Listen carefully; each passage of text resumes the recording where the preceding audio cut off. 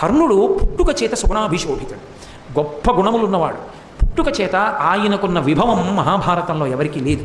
సహజ కవచ కుండలములు ఉన్నవాడు, సూర్యపుత్రుడు, కుంతీదేవి కుమారుడు.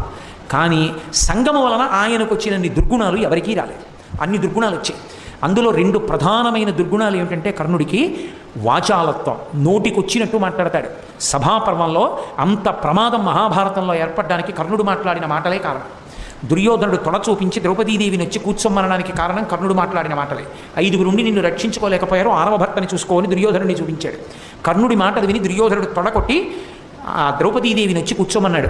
ఎక్కడైనా సరే సభ జరుగుతుండగా పురుషుడు తన తొడ మీద చప్పుడు చేయకూడదు, ఒక్క సంగీత విద్వాంసుడైతే తప్ప. అంత పెద్ద సభలో నిండు పేరోలగంలో ద్రౌపదీదేవి వంక చూస్తూ తొడ చరిచాడు కాబట్టే ఆ ధర్మానికే కురుక్షేత్రంలో ఆయన తొడలు విరిగిపోయి పడిపోయాడు. అదే కారణమైంది, మహాపతివ్రతను అలా పిలవడమే కారణమైంది.